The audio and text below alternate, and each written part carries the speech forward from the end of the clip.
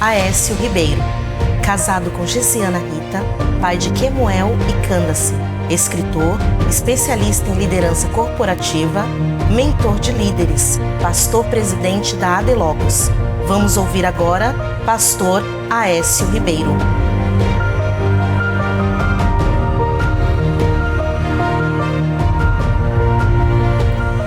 A paz do Senhor, minha gente. Vocês estão bem? Alegria enorme estar aqui.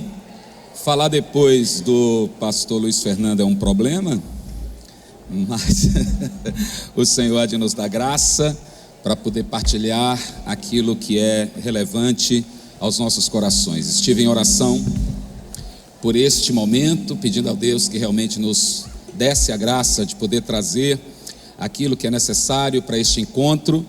E eu espero que o Senhor realmente flua com a sua graça, com o seu poder, com a sua misericórdia e nos alcance de uma forma muito especial nesta manhã.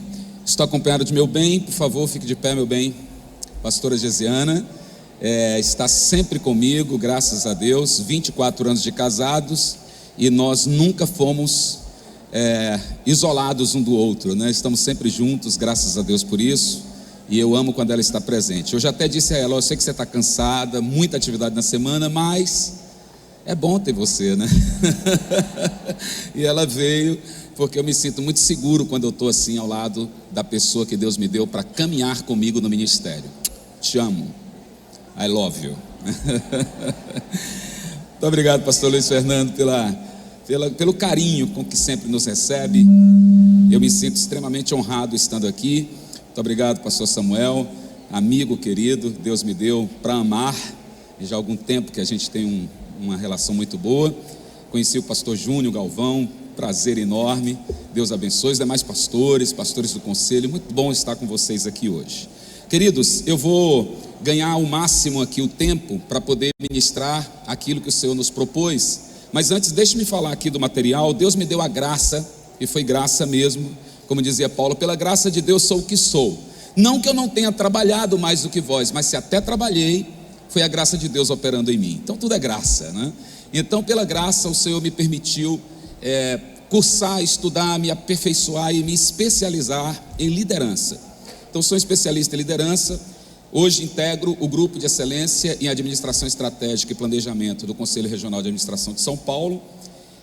Também oferecendo conteúdo de liderança para outros ambientes além da igreja.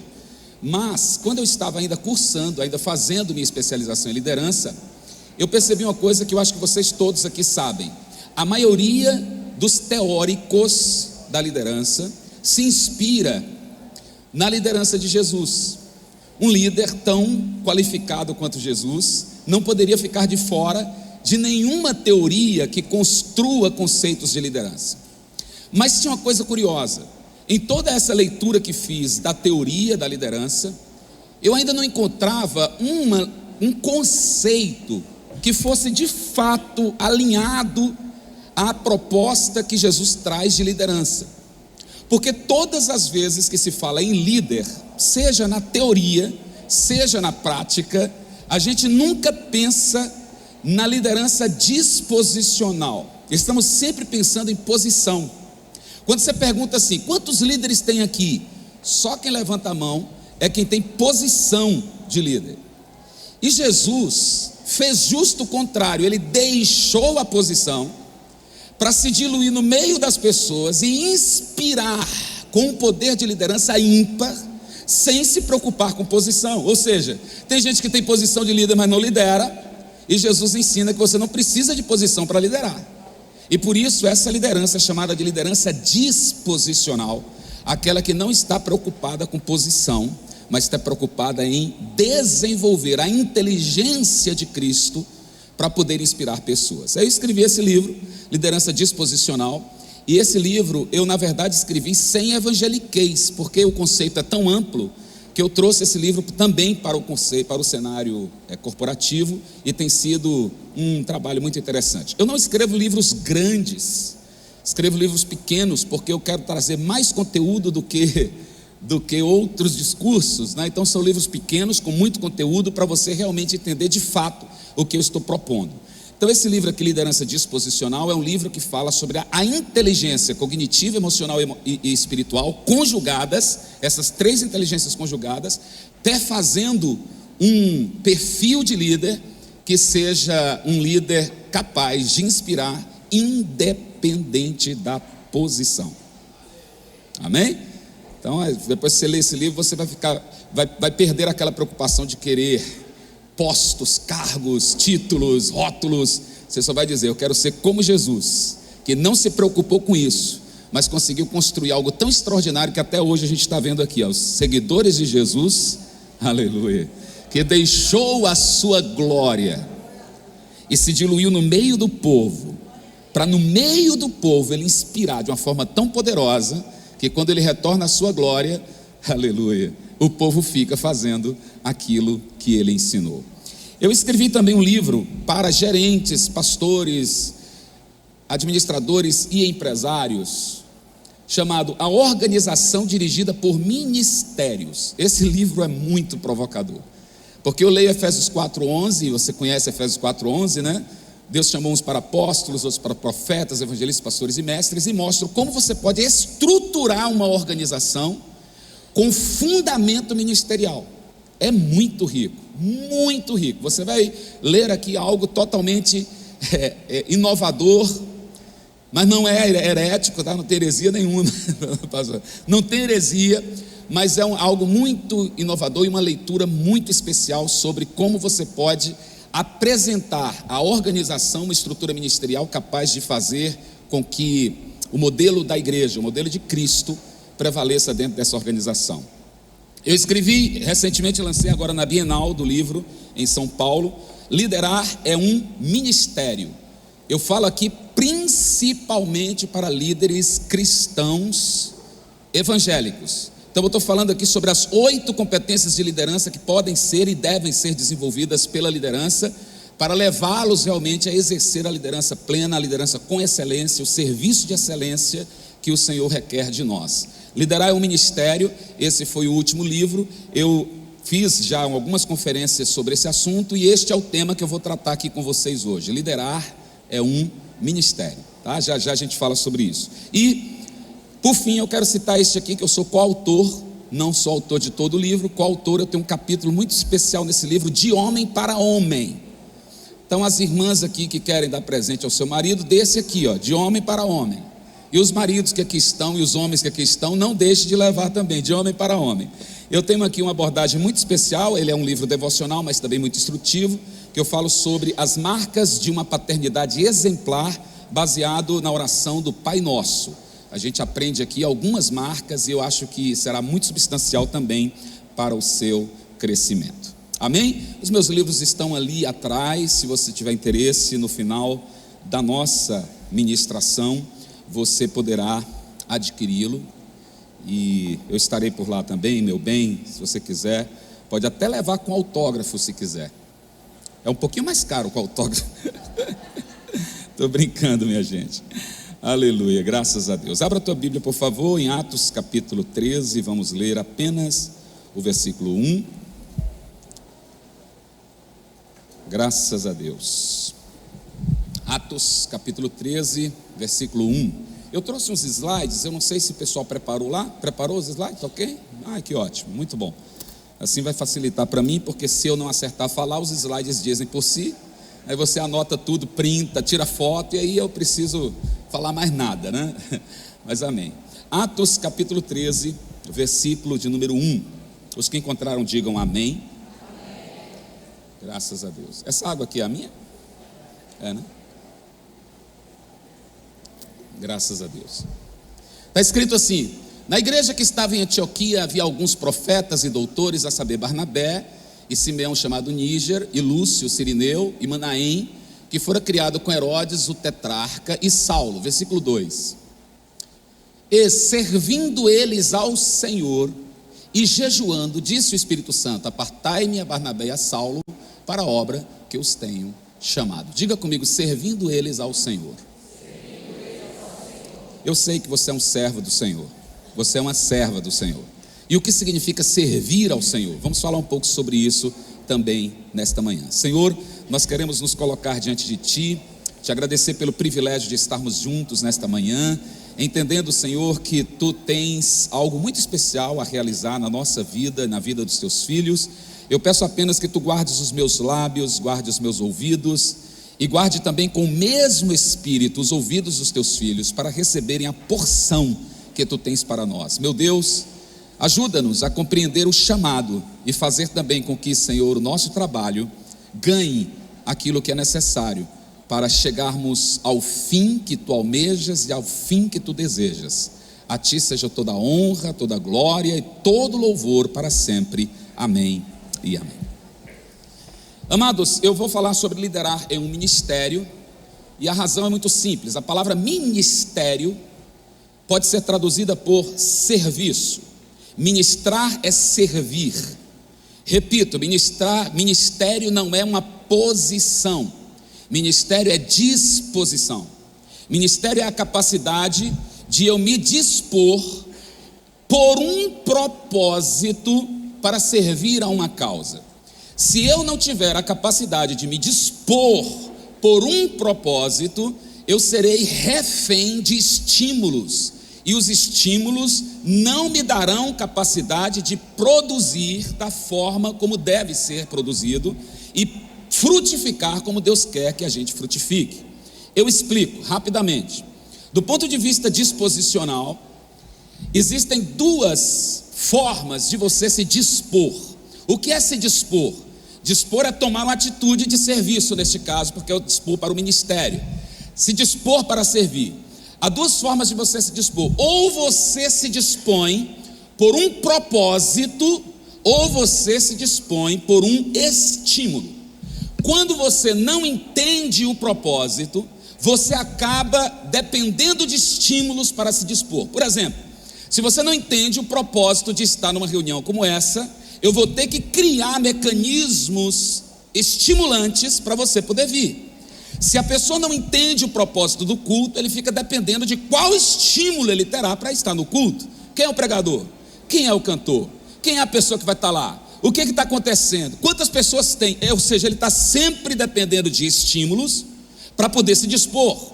Portanto, dispor por um estímulo é um perigo enorme. Todas as vezes que falo sobre isso, eu cito a minha filha como um exemplo. E outro dia eu estava pregando lá na Bahia e minha filha estava presente. Quando eu comecei a falar sobre isso, ela disse: já sei que meu pai vai falar de mim. Porque minha filha é adolescente, hoje ela está com 18 anos, mas quando eu estava com 12, 13 anos, tinha que levantar todos os dias às 6:30 da manhã, porque a aula começava às 7. Quem tem filho adolescente aqui? Então você sabe o que eu vou dizer. É fácil para um adolescente levantar às 6:30 da manhã? Aí você chega lá e diz assim: filho, levanta, filho, vamos. Dava 6:15, olha irmão, 6:15, eu já ia para o quarto, porque era a minha tarefa de despertá-la, e dizia: filhinha, vamos, hora da aula. Aí ela abriu o olho e dizia: hora, vamos lá, acorda, levanta. Ela: tá bom. Aí eu saía, ia até o meu banheiro, lavava meu rosto, escovava os dentes. Quando eu voltava, o que minha filha estava fazendo? De novo, dormindo. Eu dizia: filha, levanta, minha filha, está na hora, você vai se atrasar. Isso já tinha passado 5 minutos. Aí eu saio de novo, vou ler uma palavra, sempre naquele devocional, fazer uma oração, leva aí uns 10 minutos fazendo isso. Quando eu volto, o que minha filha está fazendo? Dormindo de novo. Aí a hora vai passando, eu vou ficando nervoso, vou perdendo a paciência. Chego lá no quarto e digo assim: bem, agora é com você, porque eu não vou me estressar hoje. Mas isso se repetia praticamente todos os dias. Aí já perto da hora de sair, eu estimulando a minha filha, ela levantava e ia.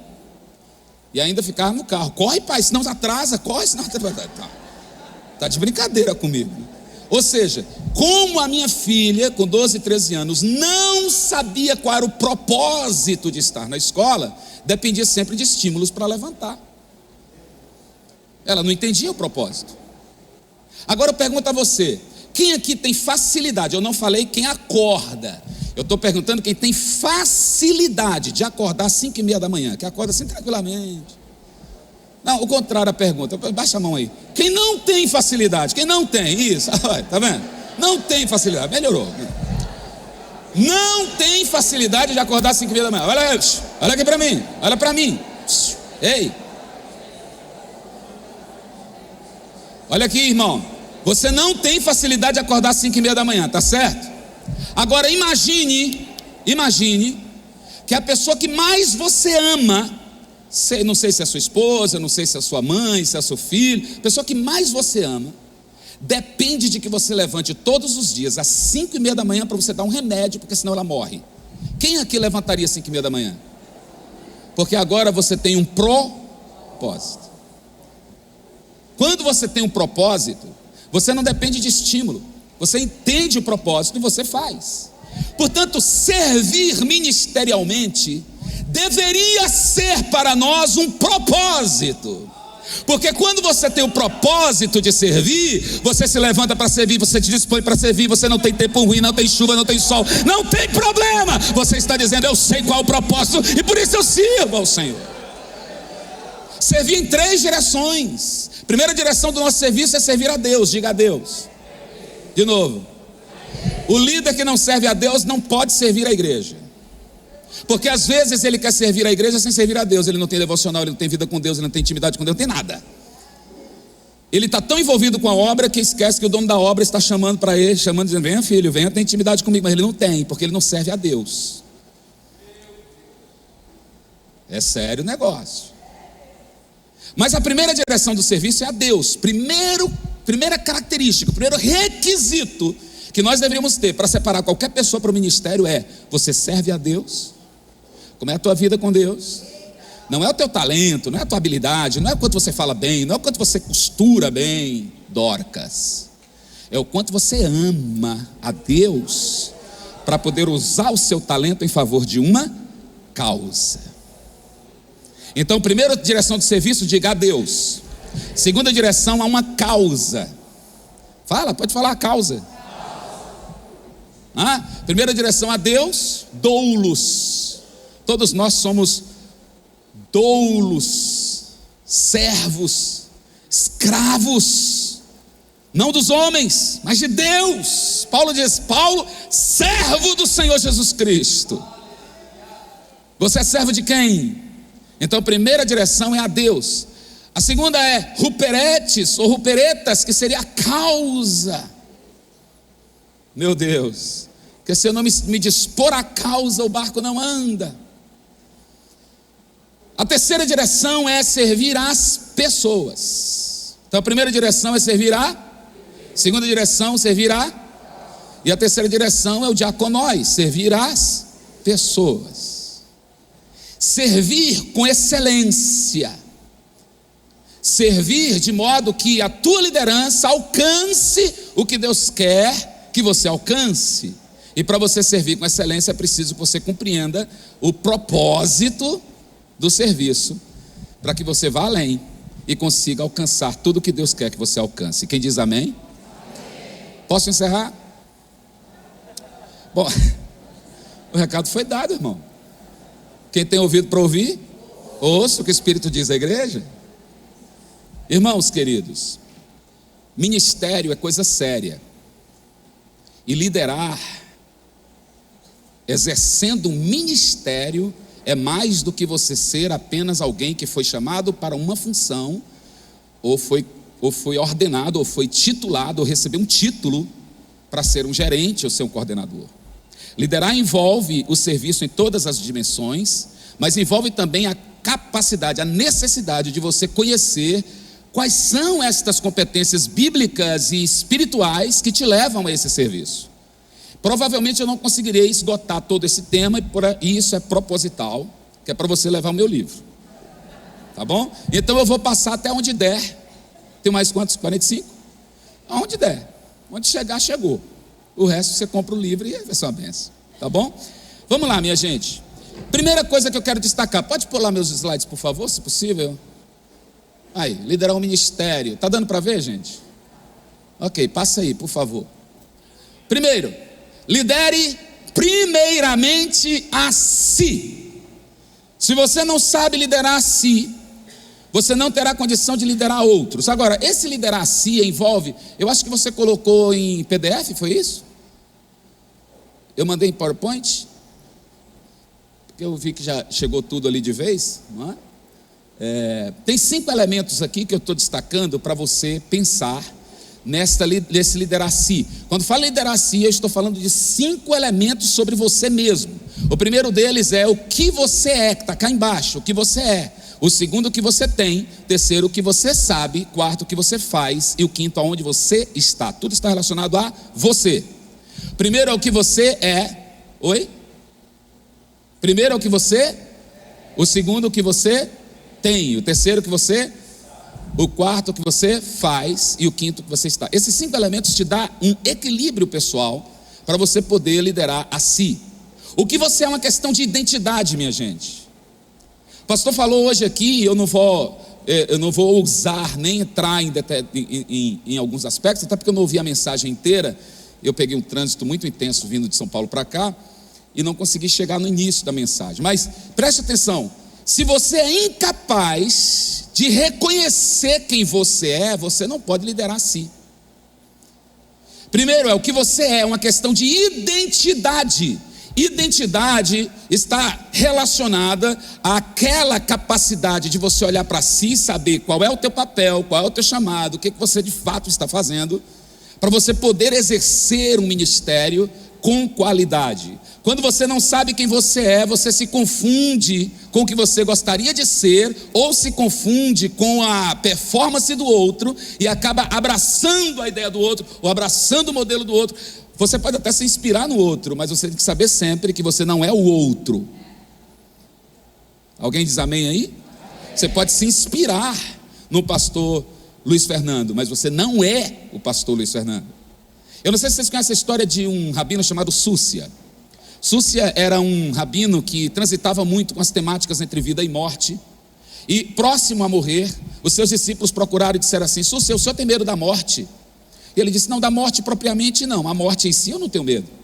Então o que o senhor teme? Ele disse: eu temo que depois da morte sei que serei confrontado pelo Altíssimo. E o Altíssimo me perguntará assim: Súcia, por que você não foi como Moisés?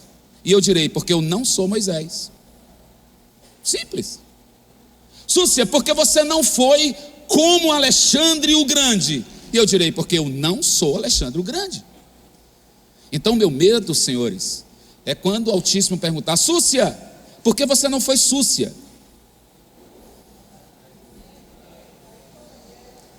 Porque o problema não é você não ser quem você não é. O problema é você não conseguir identificar quem você é, para você ser o que Deus quer que você seja. Então o primeiro passo é você saber quem você é, irmão. Tudo bem, repito, você pode se inspirar em qualquer pessoa, mas pergunte a Deus: Senhor, eu preciso de uma identidade ministerial que não corrompa o meu chamado. João Batista: tu és o Cristo. Ele disse: eu não sou o Cristo. Eu sei quem eu sou, a voz que clama no deserto. E você quem é? Quem você é? A ausência dessa identidade faz você chegar em lugares que você não deveria chegar e tentar fazer o que você nunca foi chamado para fazer. E em nome disso, você se frustra, você adoece, você se cobra por resultados que você nunca poderá alcançar, porque você não sabe quem você é. Segundo, o que você tem que liderar. Então você tem que liderar o que você é, e você tem que liderar também o que você tem. Eu gosto muito de falar isso porque é uma questão de recursos. E quando a gente fala de recursos, as pessoas pensam que nós estamos falando de dinheiro. Mas você sabe qual é o nosso maior problema? É que quando se fala em recursos, a gente normalmente pensa no que a gente não tem, sem saber valorizar o que já tem. Eu queria trazer essa palavra para você de forma rápida. Transforme os teus recursos no propósito. Não fique pensando no que você não tem. Para de lamentar pelo que você não tem, irmão. Em nome de Jesus, celebre o que você já tem. Eu falo com a minha equipe sempre isso. Você tem lá um grupo de pessoas, aí às vezes você marca uma reunião, você tem lá, vou dar um exemplo aqui, 30 pessoas. Aí vem para a reunião 10. Aí você fica dizendo: mas 20 pessoas faltaram. Mas não é possível, esses irmãos que faltaram, e começam a falar até para quem não está. Eu digo assim: irmão, celebre o que você tem. Se vieram 10 é porque você tem os 10. Fale com os 10, ame os 10, incentive os 10, planeje com os 10, treine os 10, porque é isso que você tem. E cuidado, porque às vezes você está cheio de gente, mas você não tem essas pessoas. Gideão vai para a guerra com quantos mil homens? Né? Como é que começa a história? Com quantos mil homens ele começa? Com quantos? 32 mil. Mas ele tinha os 32 mil. E Deus diz assim: Gideão, manda voltar os covardes. 22 mil voltaram. Ficaram quantos? 10 mil. E Deus ainda disse: esses 10 mil vão atrapalhar, porque tem hora que tem gente contigo que só atrapalha, irmão. Você não entendeu isso ainda, né? Mas tem gente que só atrapalha. Aí Deus diz: desce com eles até o ribeiro. Aquele que mergulhar a cabeça, você separa de um lado, pegar água com a mão, separa de outro. Quem mergulhar com a cabeça não serve para a guerra. Não tem vigilância, não tem atenção. Como é que vai para a guerra assim? Então separa. 9.700 mergulharam com a cabeça. Sobraram quantos? 300. Aí você diz: não tenho, não vou, porque eu não tenho. Irmão, em nome de Jesus, em nome de Jesus, em nome de Jesus, Eclesiastes 9:10 diz assim: tudo que vier à tua mão para fazer, faça conforme as tuas forças.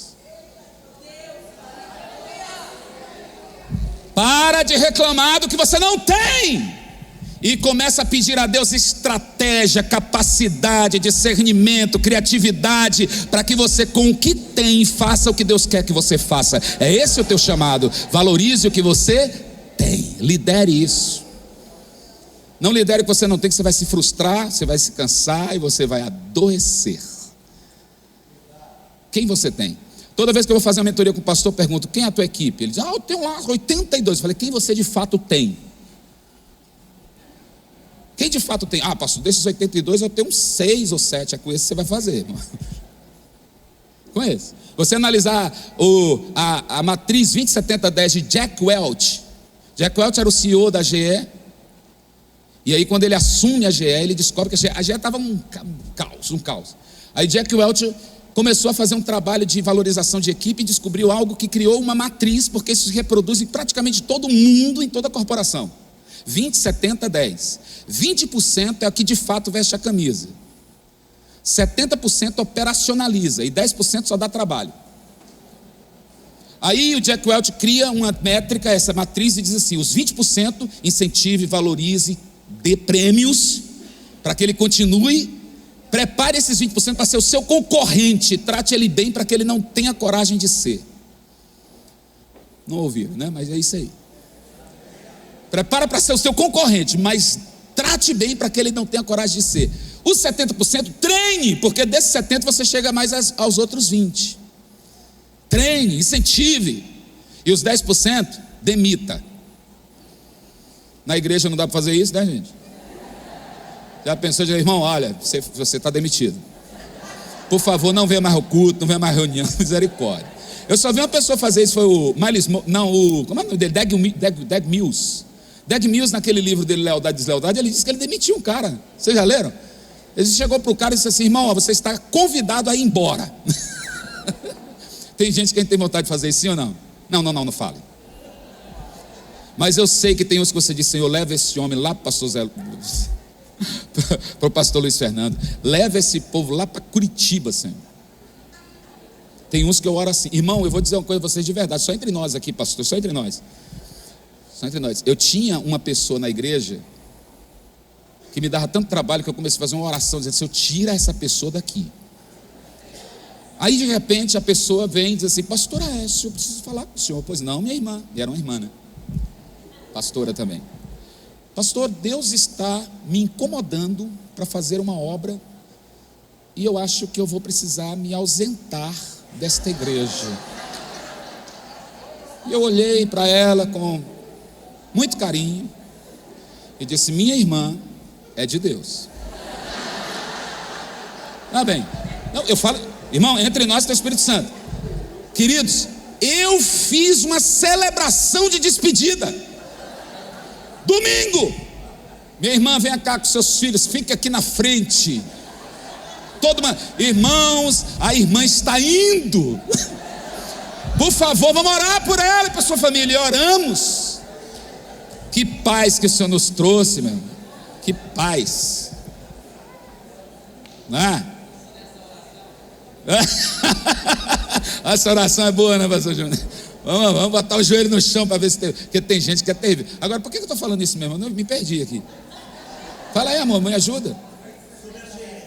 Eu já vi de 70 a 10. Isso, obrigado, pastor. É os 10% que a gente quer mandar embora. Agora, como a gente não pode demitir, a gente ora. Porque se você não demite, Deus demite. Agora, por favor, olha aqui para mim, por favor, preste atenção no que eu vou te dizer. Não insista com quem já tirou o coração,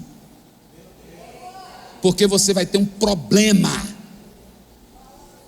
Quando os 22 mil homens disseram a Gideão: nós não vamos, ele não insistiu com ninguém, vá com Deus. Quando os outros 9.700 foram revelados incapazes, Gideão não ficou revoltado. Ele entendia que o que ele tinha era suficiente para fazer o que Deus queria. Meu irmão, por favor, eu não estou aqui tentando inventar para você uma ideia de você se conformar com coisinha. Não, só estou dizendo, Deus tem uma grande obra para fazer, e Ele vai usar o que você tem para fazer. É o que você tem. Não fica, meu Deus. Não, é o que você tem. E o Senhor vai te honrar. O Senhor vai te honrar, você ouviu isso? Diga assim: Senhor, me ajude a transformar os meus recursos em um propósito. Deus ouviu essa oração. E Ele vai te dar estratégia. Terceira coisa, o que você sabe. Então, primeiro é que você é, segundo é que você tem, terceiro é que você... Irmão, em nome de Jesus, pare com essa coisa de não querer aprender, de não ter conhecimento, porque essa coisa, a gente vai lá e faz de qualquer jeito. Não, você precisa saber. Preste atenção no que eu vou dizer. O que você sabe é uma questão de autoridade. Quanto mais você sabe, mais autoridade você tem. A autoridade não se impõe, a autoridade se conquista. E para você conquistar a autoridade, você não precisa dizer quem manda, porque quando você diz quem manda, já não está mandando nada. Aquele líder diz: sabe, quem é que manda aqui? Não está mandando nada. Porque quem manda não precisa dizer que manda. Quem coordena não precisa dizer que coordena. Ele simplesmente inspira, mas você só inspira com conhecimento. Preste atenção no que eu vou dizer, por favor. Quando eu digo preste atenção, não é que você não está prestando, não. É coisa cacuete de quem dá aula, sei lá. Escuta.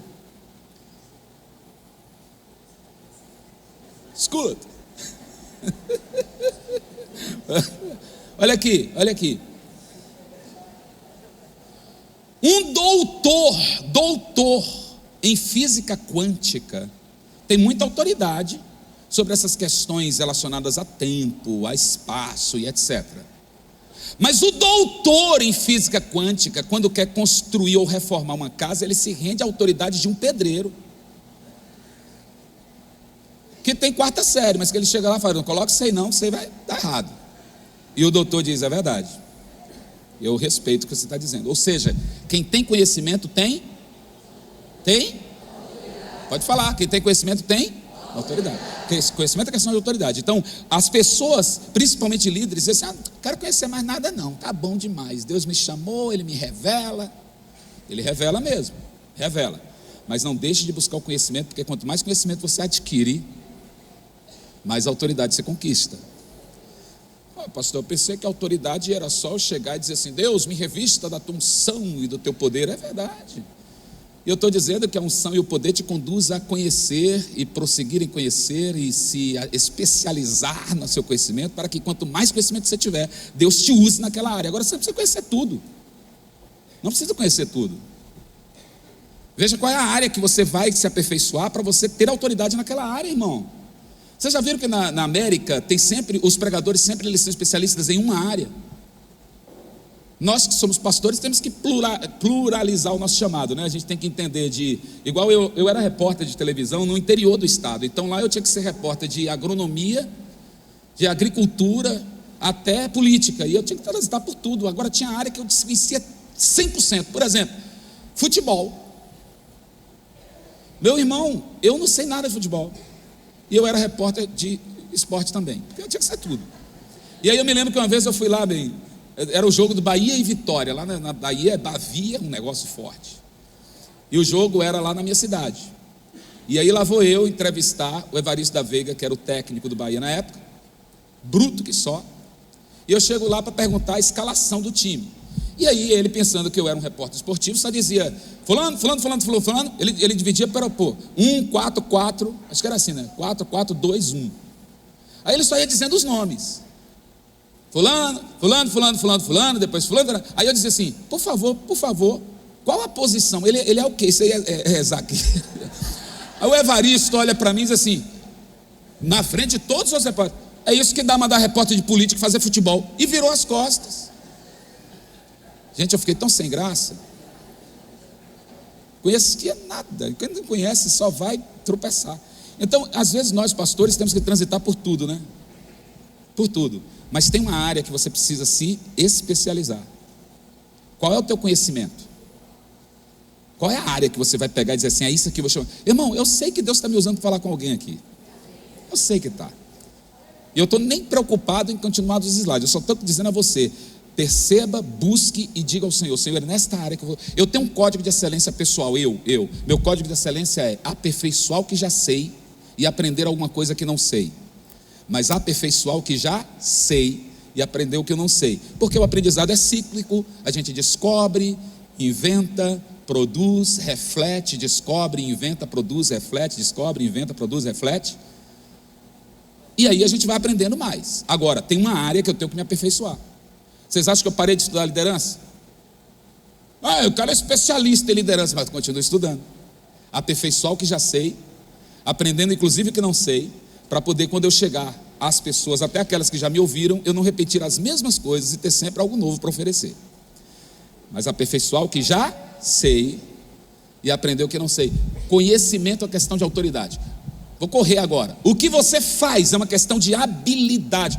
Meu irmão, habilidade se conquista com treino, experiência e observação. Não tem habilidade com algo, treine. Não queira fazer sem habilidade. Ou então encontre alternativas para que a tua habilidade melhore. Estão me entendendo, sim ou não? Tem várias habilidades, habilidade verbal, habilidade linguística, habilidade relacional, habilidade profissional e todas as outras que eu não vou entrar no mérito aqui. No meu livro lá, Liderança Exposicional, eu falo alguma coisa sobre isso, sei lá, já é outro para você comprar, né? Já é além do outro. Aí você vai ver lá alguma coisa. Escuta aqui, ó, preste atenção. Eu não tenho habilidade com coisas de casa. Parafuso, fio, irmão, eu mudei de casa essa semana. Aí eu agora estou assim, meu bem, fala, testemunha aí por favor, meu amor, sem rir, velho, pelo amor de Deus, sem rir. Testemunha que eu estou um marido exemplar. Fala, sabe? Quando eu vi aquele negócio assim, marido de aluguel, eu falei, opa, eu que vou fazer as coisas. Fica tranquila, meu bem, eu vou fazer tudo.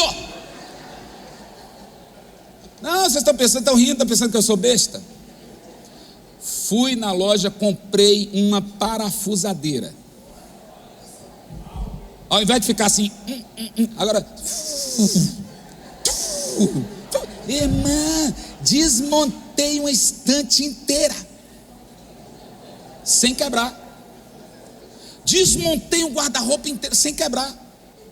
E fui, chamei meu filho, vem aqui, filho, ajuda. Ou seja, eu não tenho habilidade, eu encontrei um recurso que me ajudou na minha inabilidade. Você entendeu? O que, irmão? O lencinho. Obrigado, querido. Tomei um susto, não tinha visto. Então, habilidade que você desenvolve com treino. Aí eu fiquei empolgado. Falei, eita, agora eu sou o cara. Arrumei. Aí eu olhei lá uma despensa, estava com uma luzinha feia daquelas que acende, a casa muito antiga, que acende assim no bocal. Falei, filha, fica tranquila, eu vou colocar uma luz aqui. Vai ficar show. Comprei uma luzinha assim, peguei uma que tirei da outra casa que meu sogro tinha usado, uma luz de LED, bonitinha, daquelas que você coloca assim na parede. Foi lindo. Fui lá com a furadeira e coloquei a luz, ficou tudo bonitinho. Puxei o fio, pus o interruptor, liguei, tudo desligado, obviamente a força desligada. Aí fui lá, na força e Quando acendi, a luz acendeu, eu falei, uau, sou o cara. Fiquei todo feliz, gente. Fui lá assim no interruptor, e na hora que eu fiz, pum, falei, pum. Acabou tudo. Nem a minha e nem a outra. Derreteu tudo. E eu saí correndo, misericórdia, Jesus. O que aconteceu? Quem é eletricista já sabe o que eu fiz, né? Eu não isolei o neutro, coloquei tudo junto. Pronto.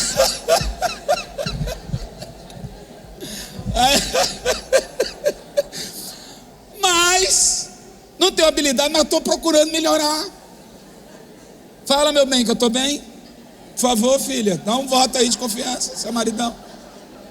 Não, mas nas outras coisas eu fui bem, não fui? Nas outras coisas, ó, depositei. Olha aqui, irmãos, olha aqui. Mas eu disse assim, pô, mas não vou deixar esse negócio no escuro.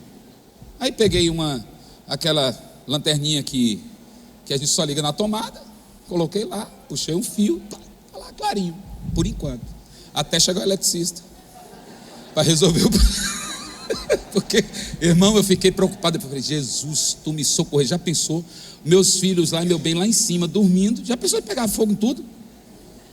Graças a Deus que só foi uma explosãozinha. Mas a habilidade se desenha.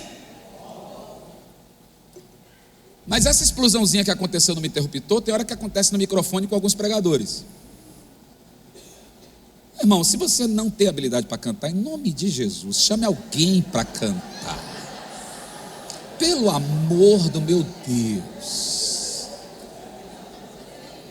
Igreja, vamos cantar um hino. Eu te louvarei, Senhor, de todo. Irmão, você vai. Olha, eu vou dizer uma coisa a você. Eu acho que até o diabo vai dizer que não quer ficar aqui não. Se é que o diabo aparece nesses lugares, que eu acho que não aparece, mas, irmão, em nome de Jesus, desenvolva a tua habilidade. Você já é bom numa área, melhore nela ainda. E quanto mais hábil você estiver, se você é bom de pregar, invista nisso, desenvolva bem a sua habilidade. Bem, tá? Porque quanto mais habilidade você tiver, melhor você será. Nós temos um problema no Brasil sério. Aliás, não é só do Brasil, talvez isso seja um problema recorrente nas nações. De quem é essa toalhinha aqui? Aquela ali já estava molhada.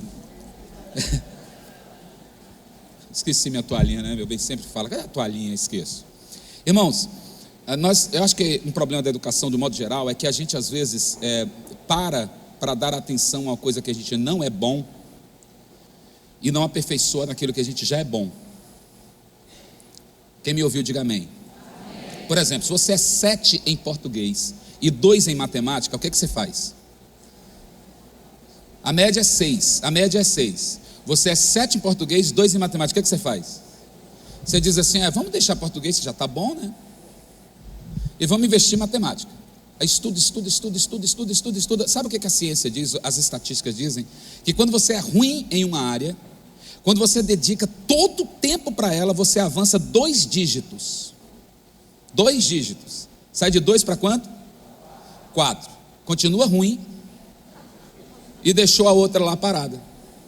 Agora, se você já é bom numa área, se você é 7 em português, irmão, seja 10. Avança para 11. Claro que você pode aprender um pouquinho mais de matemática, claro que pode. Mas aperfeiçoe a sua habilidade naquilo que você já é bom. Você está me entendendo, sim ou não? Amém? Vamos lá, vamos correr, porque eu tenho aqui mais 45 minutos só nesse tópico. O que você faz? Aonde você está é uma questão de propósito. Preste atenção, irmão, no nome de Jesus, em todas essas áreas você pode melhorar. O que você é, você pode ser melhor. O que você tem, você pode ter mais. O que você faz, você pode fazer melhor. O que você sabe, pode saber mais. E aonde você está, você pode ir além. Não pare, não se conforme dizendo, está tudo bom, está bom demais, não precisa mais nada. Não é questão de precisar, é uma questão de querer e ir além. Olha onde você está e veja onde você quer chegar e diga, eu quero chegar ali, e eu vou usar o que eu tenho de habilidade, o que eu tenho de recurso, o que eu sei de conhecimento, o que eu sou de chamado, e eu vou chegar onde Deus quer que eu chegue. Quem diz amém aí? Amém. Vamos passar rapidamente para te mostrar aqui o que você tem que fazer para você melhorar nessas áreas. E aí eu vou provavelmente encerrar no próximo slide. Passa aí, por favor. Crie o seu padrão de excelência, porque sem excelência você não poderá exercer um ministério conforme aqueles irmãos de Atos capítulo 13 estavam fazendo, servindo ao Senhor, e o Senhor obviamente os levou para avançar, para expandir a obra. Mas veja bem, qual é o padrão de excelência? Eu acho que não está em PPT lá não, está em PDF mesmo, porque essa imagem aqui, por exemplo, não era para estar toda assim, mas tudo bem, não tem problema. Crie o seu padrão de excelência. Deixa eu perguntar uma coisa a você, olha aqui para mim, por favor, e responda. Você é excelente no que você faz? É ou não? O que é excelência? Rapidamente, o que é excelência?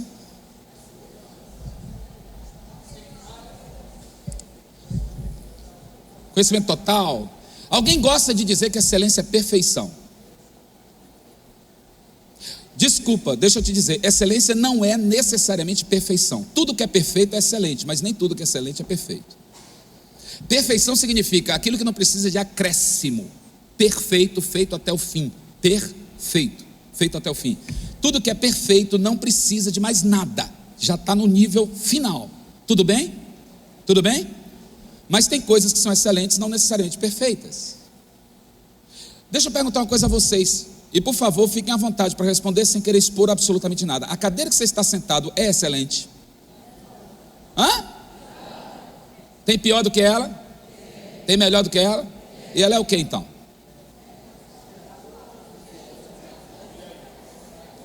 Ok? Foi só para você pensar. Olha aqui para mim, por favor. Preste atenção que eu vou dar conceitos para você que são muito importantes para obreiros e para pastores. Conceitos que eu vou te dar, por favor, por favor. Diga assim: excelência é tudo aquilo que excede o mínimo necessário. Pode anotar isso aí. Excelência é tudo aquilo que excede o mínimo necessário. Dando tempo para você anotar. Isso aqui é uma conferência, não é uma pregação que eu vou fazer, mas eu posso pregar também, não tem problema. Vamos lá.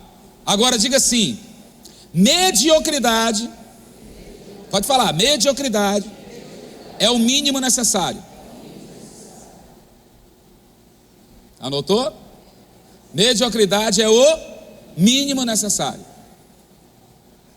Anota a próxima. Incompetência, pode falar junto. Incompetência é tudo o que está abaixo do mínimo necessário, ou aquém, como queiram.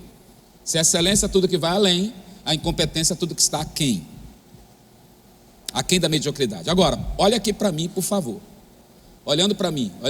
Fique tranquilo que eu não vou assustar vocês. Não vou assustar. Nós fomos treinados para a mediocridade. Nós amamos ser medíocres. A mediocridade se tornou para nós alvo e não ponto de partida. E isso é grave. E eu vou provar a você. Eu não estou falando aqui palavra ao vento. Eu vou provar. Você vai para a escola. Olha bem. Você tem aí os seus 12, 13, 14 anos. Vai para a escola. E a média da escola é 7. Tudo bem? Qual é a média? 7. Fala alto. 7. Portanto, 7 é o mínimo necessário para você ser aprovado. Aí você estuda e tira 7,1. Uau! Pego minha filha na escola. E a filha, como é que você foi? Fui ótima. É mesmo, filha, tirou quanto? 7. Falei, peraí, filha, 7? Qual é a média? Ela disse 7. Eu disse, a média é 7, você acha que você foi bem tirando 7? Pai, eu passei. Ah, tudo bem. Aí eu fiz uma pergunta a ela: o teu professor deu conteúdo de 7 ou de 10? Só que nós somos tão medíocres que a gente só pensa no mínimo necessário. Teve o mínimo necessário, tá bom. Aí a gente traz isso para a vida. E na vida a gente diz assim: não precisa de nada além do mínimo necessário. Irmão, a Bíblia diz: contente-se. Diz mesmo, contente-se, mas não se conforme. Contentar é uma coisa, se conformar é outra. Contentar é celebrar o que você já tem, mas se conformar é nunca avançar, ficar naquilo ali mesmo. Não quero mais nada ali, está ótimo. Não, tá não.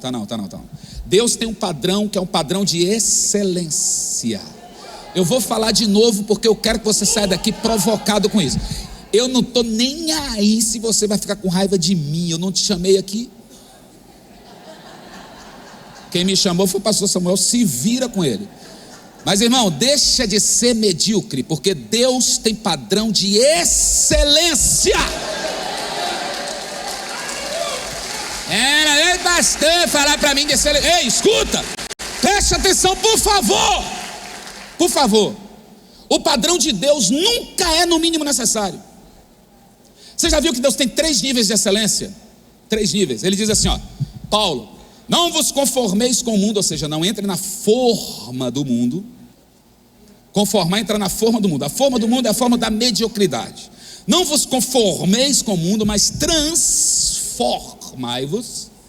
Ou seja, sai da forma do mundo e entra na forma de Deus. A forma de Deus é excelente. Por isso que quando Deus faz o homem, Ele diz assim: façamos o homem à nossa imagem, na forma da nossa semelhança. Porque um bolo redondo, como é que é a forma? Um bolo redondo tem uma forma como? Um bolo quadrado, a forma é? E quando Deus nos faz a imagem dele, Ele está dizendo: eu coloco você na minha forma, para que você tenha a minha forma. Só que o pecado vem e deforma, tira a forma do homem. E aí o homem vai acostumando na deformidade e vai se conformando ao mundo.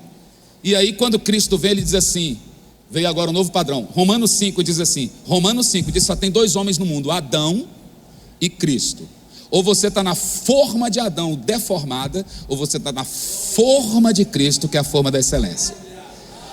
Não vos conformeis com este mundo, aleluia, mas transformai-vos pela renovação do vosso entendimento, a fim de que, aqui que está o detalhe, experimenteis os 3 níveis de excelência de Deus: bom, agradável e perfeito.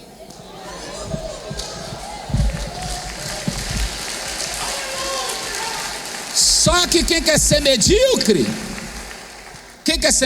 é aquele que diz assim: tá bom demais. E Deus diz: tem o bom. Bom é ponto de partida, irmão. Ei, bom não é ponto de chegada, bom é ponto de partida. Vou falar de novo: bom é ponto de partida. Começa com bom, avança para o agradável e vai para o perfeito. Está exigindo demais, pastor. Mas é padrão de Deus, não é meu. Quer ver uma prova? Vou passar biblicamente, tá? Jesus diz assim: sede perfeitos, como o Pai é perfeito. Aí já começou a nos arrebentar. Aí Paulo diz lá em Filipenses, diz assim: quanto à perfeição, irmãos, julgo não tê-la alcançado. Ou seja, eu não sou perfeito, mas uma coisa eu faço: esquecendo-me da imperfeição que para trás fica, prossigo para o alvo da perfeição que está nele. Aí Paulo no versículo 15 diz assim: e nós que somos perfeitos, perfeitos como? Seguindo o propósito, não paremos de andar nesta regra. Vamos lá, mostrar você ainda Jesus, é Bíblia. Jesus diz assim: se te obrigarem a andar 1 milha, não, coral, se te obrigarem a andar 1 milha, por quê? Porque andar uma só é fazer o mínimo necessário. E o padrão de Deus é padrão de excelência. Tudo que vai além do mínimo necessário. Jesus diz assim lá em Lucas: quando fizerdes todas estas coisas, considere-se um servo. Não, fala aí bem alto. De novo. Fala o coral. Olha aí para a pessoa que está do teu lado. Não precisa chamar ele de inútil, só pedir para olhar. Ei, mas vocês são rápidos, né? Eu não falei nada. Eu disse só para olhar. Olha aqui para mim, por favor. Ei, escuta. Olha aqui, ó. Eu não falei para falar nada. Quando fizeres todas essas coisas, considere-se um servo inútil. Sabe por quê? Porque só fez o que deveria fazer. Você não foi além do mínimo necessário. Eu sou pastor, mas no máximo o mínimo. Igual, desculpa, tá? Alguns funcionários públicos. Tem funcionário público que para fazer o mínimo é um esforço enorme. E tem crente que para fazer o mínimo é na luta, irmão. Vou dar outro exemplo aqui para mexer com todo mundo e eu encerro. Misericórdia. Eu tenho quanto tempo ainda? Esgotou? Ué, irmão, esgotou não, você me deu 11h30. Disse que eu tinha 2h30 para falar. Eu vou além do mínimo necessário.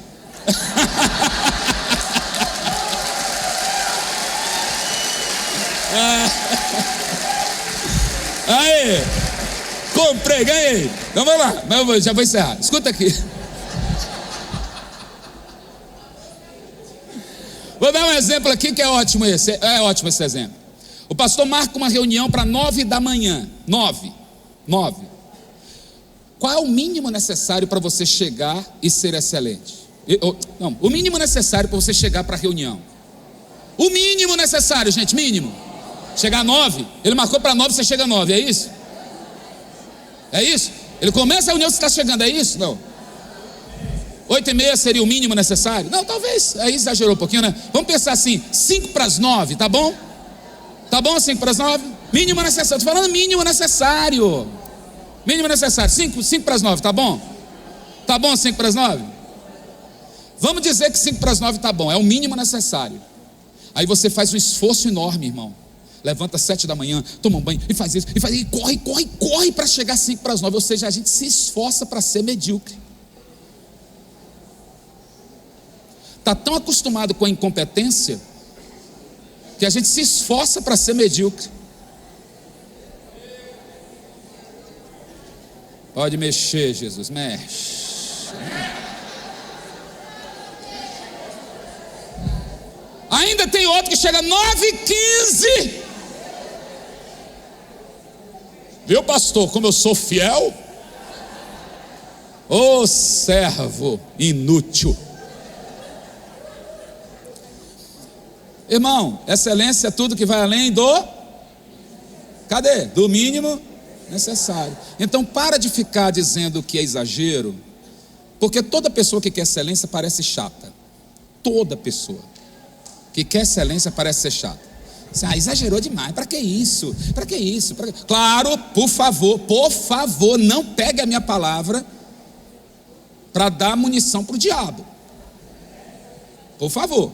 Porque tem gente que é chato porque é chato mesmo. Tá? Não é porque é excelente, não. É que é chato mesmo. E aí fica encrencando com questiúnculas. Só precisa encrencar. Basta você ter a visão de excelência, continuar sendo excelente, ao invés de ficar cobrando os outros para que tenha o padrão de excelência, vá você no padrão, que vai ser ótimo. E ensine o padrão de excelência. Agora, alguém aplaudiu ali, né? Agora, até porque você não é excelente em tudo, gente. Você não é excelente em tudo. Vocês viram falar da minha habilidade com eletricidade? Você não é excelente em tudo, irmão. Até porque se fosse, você seria autossuficiente e não dependeria de ninguém. Então nós precisamos dos outros. Eu preciso de meu bem com a excelência que ela tem. A excelência espacial, a excelência, sabe, de detalhes. Meu bem tem. Deus não me deu essa excelência. Sabe que eu sou um executor daquele tipo, feito é melhor que perfeito? Feito é melhor que perfeito. Eu vou lá e faço, falo, tá ótimo. Meu bem tem detalhes. Ela olha e diz assim, por que está assim? Aí ontem tem uma coisa engraçada, essa não vou te contar, só essa aqui. Nós mudamos para casa nova agora, né? E aí a gente ainda não tem a cama aí, chegou o colchão ontem. O colchão chegou sem o box, mas aí tudo bem, aí fica uma aborrecido e tal. Aí eu fui, tirei o plástico do colchão, porque eu sou o cara, né? Plástico colchão, deitei o colchão no chão para a gente dormir. Está dormindo no chão, tá ótimo. Eu ia falar besteira, mas deixa quieto. Eu ia dizer que não faz barulho. Mas eu botei o colchão no chão. Aí nós fomos para uma visita ontem, pastoral, chegamos um pouco mais tarde, era o que, umas meia-noite e pouca, né? Chegamos. Aí quando chega em casa, a ponta do colchão estava em cima de um dos sacos que tem de roupa que a gente ainda não arrumou, né? Está esperando chegar o negócio para colocar lá debaixo. Aí ela chega, entra no quarto e diz assim, nem elogiou que eu tinha feito aquele colchão. Só olhou e disse, quem colocou o colchão com essa ponta em cima desse... Colchão novo, acabou de chegar, coloca com a ponta assim. Eu olhei. E ela sabe, eu não fico nem aborrecido, graças a Deus. Porque eu sei o que Deus deu a ela para me aperfeiçoar, irmãos. E eu olhei e falei, mas como que eu fiquei pensando em mim mesmo. Eu falei, mas que coisa, eu nem percebi isso. Aí fui lá com todo carinho, tirei o saco assim, pus o colchão de novo, pronto. Dormi, que benção. Então tem pessoas que têm visão de detalhes, mas não seja chato, nem chata, no sentido de querer cobrar de todos os outros uma performance que ele não tem.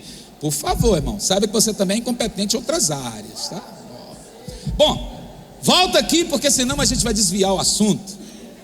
Preste atenção, e agora eu encerro mesmo, tá, pastor Samuel? Agora eu encerro. Não, irmão, você me disse que era até 12h30. Poxa, é claro.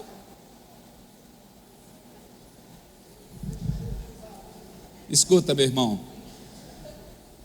Deus te chamou para excelência. Em o nome de Jesus. Dê um ponto final em qualquer tipo de serviço que você tenha prestado a Deus, que não esteja no nível de excelência. Sirva a Deus. Sirva a causa.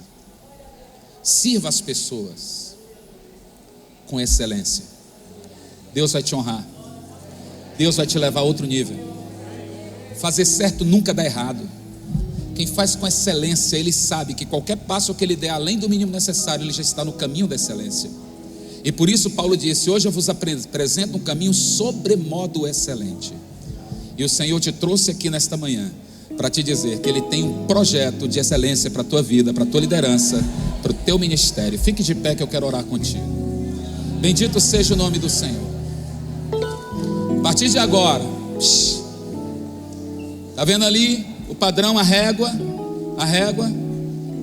do 7 para baixo, incompetência. 7 é o mínimo, mediocridade. Padrão de excelência de Deus é 8, 9 e 10. Bom, agradável e perfeito. Se você fizer uma autoavaliação em qualquer área da tua vida, o que você é, o que você tem, o que você faz, o que você sabe onde está, veja quanto você está de 0 a 10. Se estiver abaixo de 7, procure melhorar. Se estiver no 7, você está no mínimo necessário. Mas avance sempre para a excelência, porque Deus quer isso para a tua vida. Feche seus olhos, por favor. Senhor Deus, eu quero te exaltar e te bendizer neste lugar. Te louvar pelo presente que tu nos dás de estar nesta manhã, provocando esses teus filhos para viver, Senhor, a excelência que tu garantiste para nós, quando deste o teu filho, Senhor, muito além do mínimo necessário. Tu fizeste isso, mostrando, Senhor, que o teu padrão é um padrão de excelência e tudo será para a glória do teu nome. Permaneça agindo em nós, abençoando a nossa vida, nos levando a atingir o nível que tu queres que atinjamos, e faz com que os teus filhos aqui vivam, Senhor, nesta dimensão de excelência, para a honra e glória do teu santo e precioso nome.